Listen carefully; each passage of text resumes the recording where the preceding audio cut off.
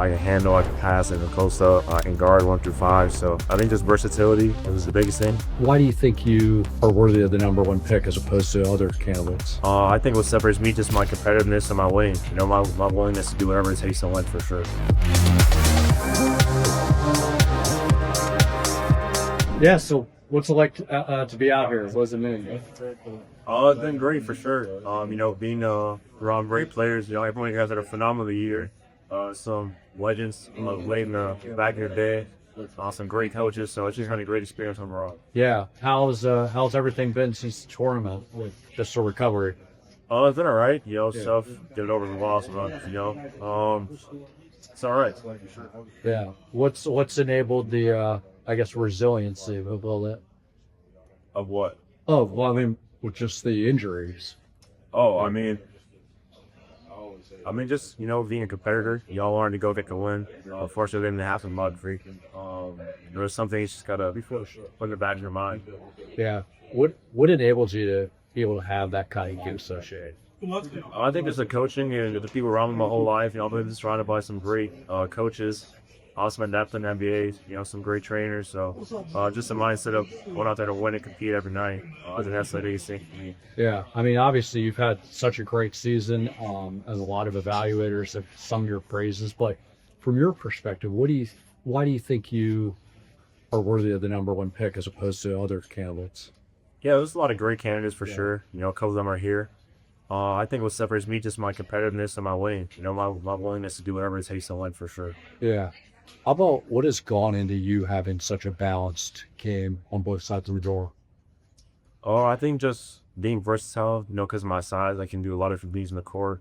I can handle, I can pass, I can close up, I can guard 1 through 5. So I think just versatility was the biggest thing.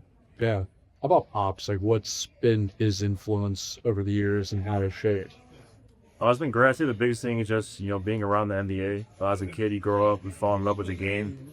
So I say that's probably been the biggest influence. Yeah, it's growing up. Let's get you a scrum now. Okay. Okay, the league right now. You got an opportunity to play with, let's say, those two guys. What comes to mind about their games that resonate the most? Yeah, what were the two players? Victor and Gallus. Yeah, I mean, Victor, obviously, 7'4". His defensive versatility is elite, and I think he's just growing as an offensive player year by year, you know.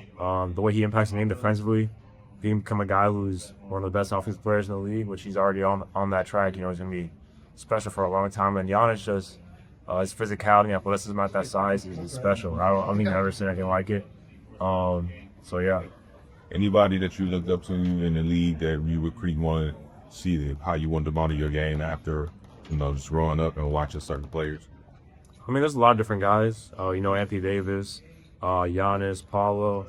You watch Melo. You watch a bunch of different guys. It's not just one guy, you know. You just take from a lot of different people. How important is it to you where you're drafted or what number you're picked at? It doesn't matter to me at all. You know, that's just the beginning. You know, whether you're 1, 2, or you're 30 or 35, you know, that's just the beginning. So for me, it's more about where I am in 10 to 15 years than where I am on the first night. What does your dad talk to you about this journey and what advice is he giving you about going through this process? Just be where your feet are, enjoy the moment. Those are the biggest things. This is the 50th year of the Wooden Awards. When you hear John Wooden, what do you think? What does that mean to you? Yeah, I mean, one of the greatest coaches of all time in college basketball.